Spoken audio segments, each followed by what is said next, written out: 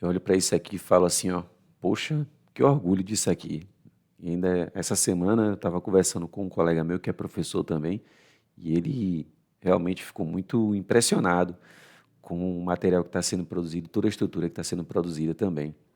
Muito bom. Salve aí, pessoal, como é que vocês estão? Estou aqui de volta novamente. Segunda-feira de carnaval, estou um pouco rouco, apesar de não ser muito fã de carnaval, mas eu moro aqui praticamente no circuito. É claro que eu vou lá dar uma olhadinha que ninguém é de ferro. Hoje seria uma aula, mas eu resolvi então fazer algo diferente, que é analisar os comentários e, com base em um deles, responder a um desafio que foi proposto, se eu não me engano, na aula 8. Não foi necessariamente proposto, mas surgiu e eu deixei como desafio aqui, tá? Então, hoje eu vou deixar para isso aqui. Provavelmente esse vídeo ficará um pouco longo, mas devido às interações que estão surgindo aqui, eu acho super válido fazer isso aqui, hein? Vamos lá. Apresentações feitas. Então, eu estou aqui nessa aula 4, né? Como fazer a instalação no Linux, no VirtualBox, uma das primeiras aulas já, mão na massa, digamos, né? E aí eu tenho um comentário aqui do Vitor Paderes, ou Paderes, não sei. De antemão, Vitor, muito obrigado mesmo por sua interação, cara. Obrigado mesmo. Isso aqui não tem preço para mim, cara. Não tem preço mesmo. Então, parabéns pela iniciativa, Daniel, tem ajudado muito. Uma sugestão minha seria criar um grupo no WhatsApp ou no Telegram para os estudantes compartilharem conhecimento ou tirarem dúvidas, né? Vitor, eu respondi aqui, tá? Depois eu vi que você interagiu, foi muito legal essa interação aqui. Realmente eu tenho um grupo lá no Telegram. Foi o mais viável e que neste momento me dá menos trabalho. Porque, afinal de contas, eu trabalho, eu tenho o meu emprego mesmo, né? E eu tenho isso aqui como um hobby e futuramente eu pretendo também expandir isso aqui, criar uma comunidade mais forte, né? Compartilhar muito mais conhecimento. E eu tenho um grupo no Telegram e tenho também o Discord, só que o Discord dá muito trabalho.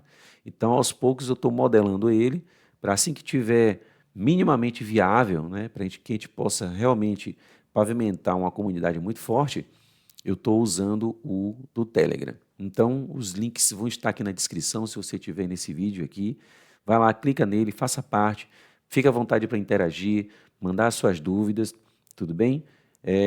E assim, super válido, e eu vejo que realmente você está interessado no assunto, no tema que a gente está abordando aqui, tá? Muito obrigado mesmo. Um outro comentário aqui é o do Lucas Damásio, 9436, né? Daniel, desde já agradeço pelo conhecimento compartilhado. Eu sou profissional barra estudante de TI. Quero seguir na área de infraestrutura e, como sabemos, dominar servidores é essencial. Estou ansioso para criar uma base que possa levar por toda a minha carreira com seu curso. Lhe desejo um feliz 2026 e muito sucesso. Para nós aqui, Lucas, sucesso para todos nós. O mínimo que eu posso fazer para ajudar é estar produzindo isso aqui.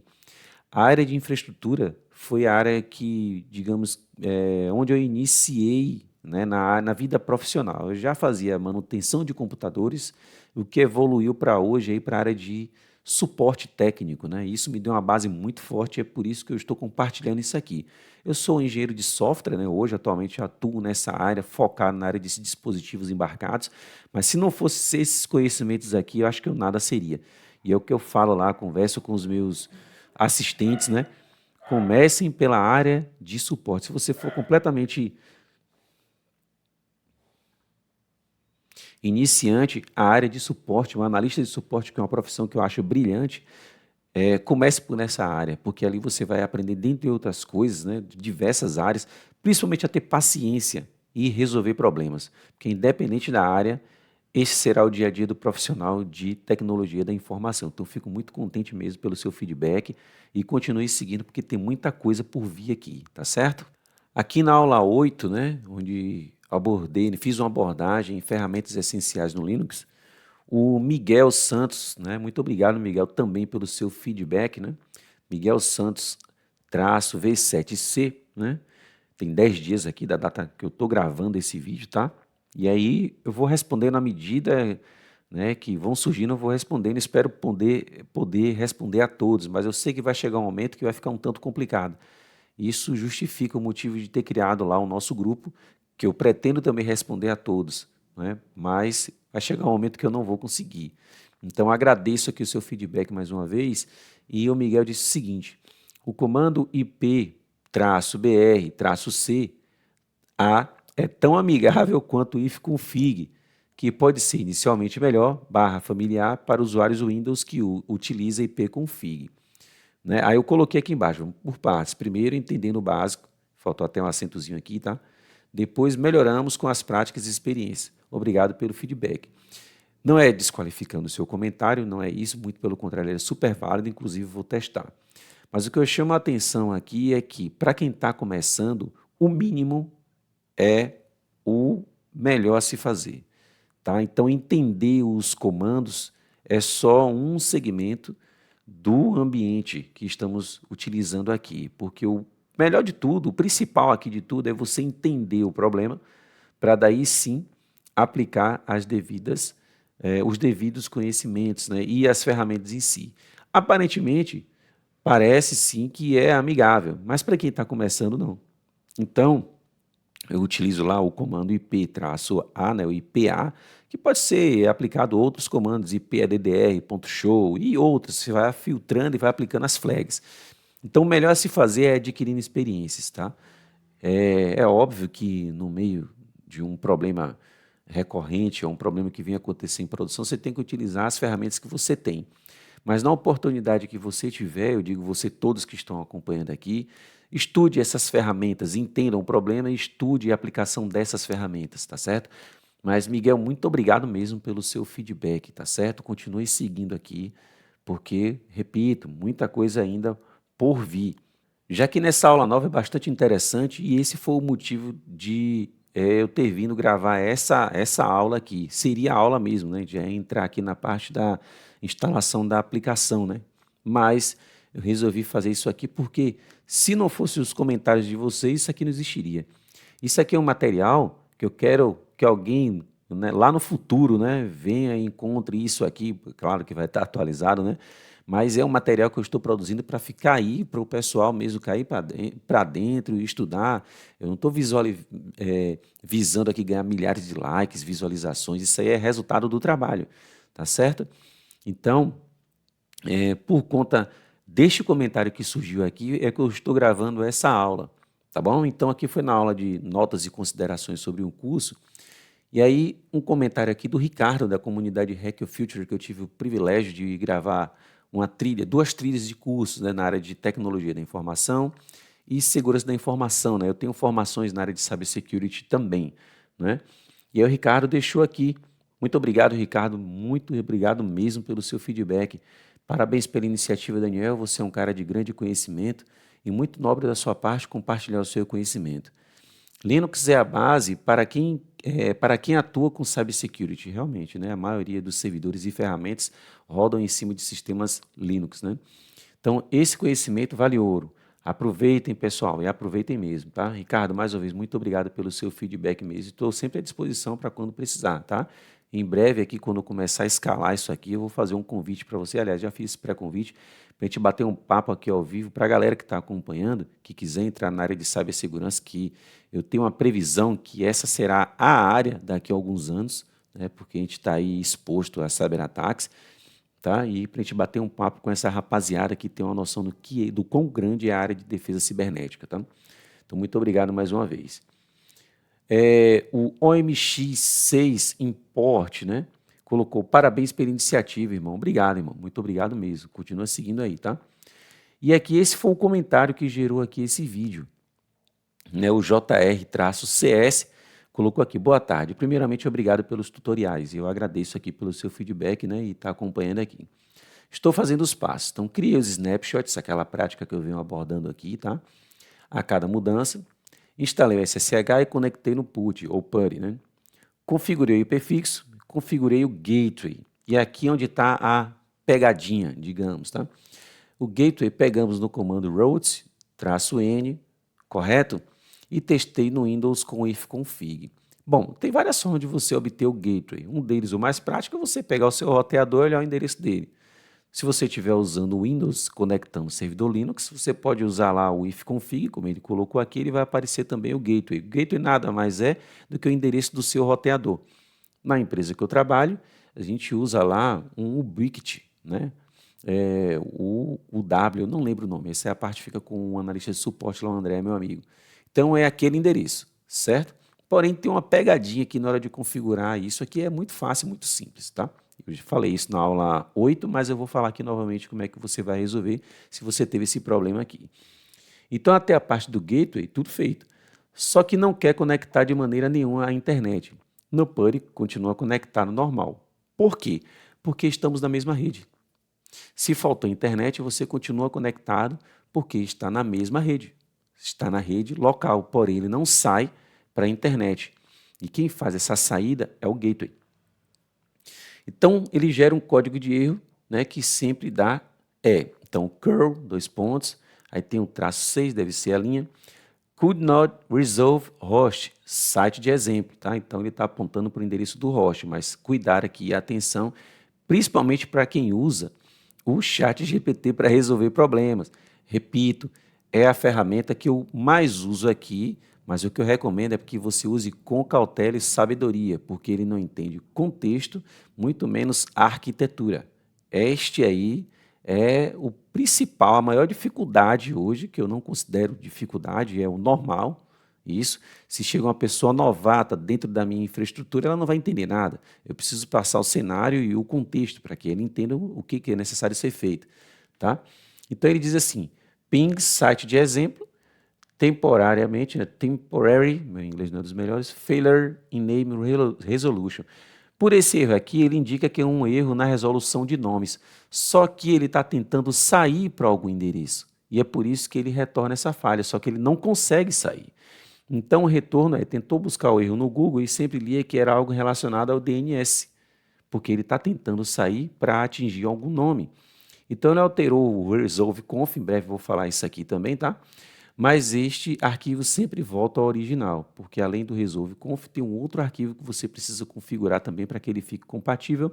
Não vou falar isso agora, para a gente não perder o objetivo principal.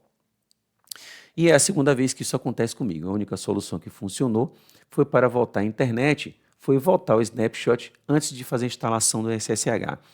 Bom, pelo que eu li aqui, né, eu respondi aqui tudo tal, né? Pelo que eu entendi aqui, eu percebo que você já tem uma noção de, sabe, consegue se orientar aí com resoluções de problemas, e isso aqui é mais uma questão de troca de experiências, tá certo? Mas na aula 8 eu expliquei como que faz isso, e aqui eu vou mostrar novamente de uma forma simplificada, porque é um ambiente controlado. E ao passo que vocês forem avançando, ou que nós formos avançando, a gente vai escalando. Infraestrutura, arquitetura, sempre é pensado na sua escalabilidade, seja você desenvolvedor, DevOps, sysadmin, enfim, analista de suporte, enfim, sempre pense em escalabilidade, tá certo? Vou seguir aqui com os comentários e depois eu mostro como é que resolve isso aqui, tá? Então, respondi, maravilha, tal, tudo direitinho. Aí ele disse aqui embaixo, removi o endereço de site porque parece que estava pegando em algum filtro do ITB, ou acho que deve ser o YouTube, né? Não sei. Enfim, JR-CS, obrigado, e eu estou vendo que realmente você está acompanhando e chegou no ponto onde eu queria. Eu sei que isso vai acontecer aqui com algumas pessoas, né? Mas a resposta está na aula 8, mas fique tranquilo, porque eu vou mostrar aqui como é que se resolve isso de uma maneira muito simplificada. Bora lá. Bom, eu estou aqui, né, dentro da documentação do Netplan, da própria documentação do Netplan. E ele fala aqui como você faz para poder configurar as interfaces. Então, descendo aqui, descendo aqui na parte de múltiplos endereços, interfaces, aqui, ó. How to use multiple address with multiple gateways, né? Ou rotas, tá certo? Cuidado, porque o GPT ele vai representar isso aqui como rotas ou routes. Inclusive, um dos comandos que no comentário anterior fala para você pesquisar o endereço, né? O gateway através de um comando chamado routes, de rotas, que é um gateway. Aqui ele está falando de múltiplos endereços gateways, quando você tem, por exemplo, uma redundância, vamos dizer assim, né? Quando cai a internet de um provedor, ele vai sair por outro, então você tem gateways, endereços diferentes, tá? Então, aqui ele explica exatamente o que precisa ser feito, salvo a questão de que não precisamos adicionar linhas além do que a gente precisa aqui. Então, no caso, o que a gente vai fazer, ó, é somente essa etapa aqui. Só, mais nada. Não vamos complicar, vamos facilitar. Deixa o restante para depois. Então, você tem lá o network, a versão, o renderizador, que nesse caso é o network D. Eu já expliquei o porquê desse D, né? Não é o Network Manager, porque a gente não está trabalhando com interface gráfica, né? A identificação da interface de rede, né? A placa de rede, né? Está aqui. E o endereço, né? Aqui, ó, address, tá certo? Então, apenas o endereço, que é o endereço do seu computador, que você já fixou, tá certo? Aqui pode descartar, não tem problema. E o gateway você vai adicionar aqui, ó, routes, tá vendo? E aí vai adicionar essas flags aqui, ó, to, default, via, e aqui você vai adicionar o gateway, que é o endereço do seu roteador. Como você pode pegar ele lá e olhar lá embaixo, vai dizer qual é o endereço, ou colocar lá ipconfig, ele vai dizer qual é o endereço do gateway. Apenas isso e nada mais. Eu vou mostrar aqui como é que ficou o meu e apenas chamo atenção para a questão da indentação. Bora lá que eu vou mostrar para você. Então, estou aqui já conectado no meu servidor. Não vou mostrar aqui como é que eu faço para chegar até aqui, porque eu já mostrei anteriormente. Se você acompanhou até aqui, provavelmente você já sabe. Então, está aqui, ó, exatamente o que eu preciso fazer para que o meu servidor saia para a internet. Então, aqui está o endereço fixo do meu servidor, 192.168.0.35, tá? E o gateway, que está aqui como routes, tá certo? Então, to default, padrão, via gateway, está aqui, ó. Ou seja, o meu endereço fixo vai sair pela rota padrão de acordo com o seu gateway. Só isso, mais nada. E o que eu chamo a atenção é a indentação, que é esse espaço aqui, ó, que fica antes aqui, tá vendo? Ó? Antes aqui de cada componente desse aqui, ó. Tá certo? Ele tem que estar devidamente alinhado. Por isso que eu digo, vá lá, ó, uma das poucas vezes que você vai fazer isso, tá? Copia aqui, ó, certo? E vem cá e cola aqui, com cuidado de alterar a identificação da sua interface, tá certo? Já expliquei como é que você obtém isso aqui. Então, observe, ENP0S3. Aqui está ENP3S0. Se você aplicar dessa forma, você vai perder a conexão. No ambiente controlado, você consegue corrigir, mas se tiver à distância, você vai ter que entrar em contato com alguém para poder fazer isso. Só isso. Cola aqui, altera os endereços, aplica para as configurações entrarem em vigor. Está feito, está resolvido. Só isso que você precisa e nada mais. Os links vou deixar aqui na descrição também, mas também está disponível nos materiais que eu já disponibilizei lá no nosso Drive. E para finalizar, estou aqui diante do nosso projeto, que eu estou mantendo sempre atualizado, claro. E deixa eu mostrar uma coisa aqui, vou deixar somente a tela do meu computador. Projeto crescendo, pessoal, crescendo mesmo, olha só, 15 stars, tá certo? Crescendo. Não importa se eu tenho 20 milhões ou o que importa é que ele está crescendo. E isso aqui é relevante. Se eu não me engano, o GitHub, quando ele atinge, acho que 40 stars, ele expõe o projeto dentro da plataforma. E eu não vou ficar aqui pedindo para vocês saírem dando star como um louco aqui, né, loucamente para poder crescer logo, não. Isso aqui é consequência de um trabalho que está sendo desenvolvido em conjunto. Nós aqui, eu e vocês. Então, à medida que eu vou indicando para vir aqui e dar esses stars aqui, se crescer para 16, para mim, é uma grande conquista, tá certo? E para vocês também, porque isso só mostra o quão relevante é o trabalho que estamos desenvolvendo aqui, tá bom? Deixa eu voltar aqui. né? Então, pessoal, por hoje é esse vídeo aí. Eu vou deixar os links aqui na descrição de tudo isso. Vou deixar também nos materiais o link do meu LinkedIn, onde você pode mandar uma mensagem diretamente para mim lá, para a gente bater um papo, sempre que possível. Claro que nem sempre eu tenho essa disponibilidade, mas eu respondo a todos. Espero que realmente, e eu estou percebendo aqui, né, que vocês estejam gostando desse material. Muito obrigado pela paciência de vocês, pela audiência, continue sendo essas pessoas maravilhosas. Entrem lá para o nosso grupo, no meu grupo lá do Telegram, nosso grupo, para poder interagir, tirar suas dúvidas. Até a próxima e fui.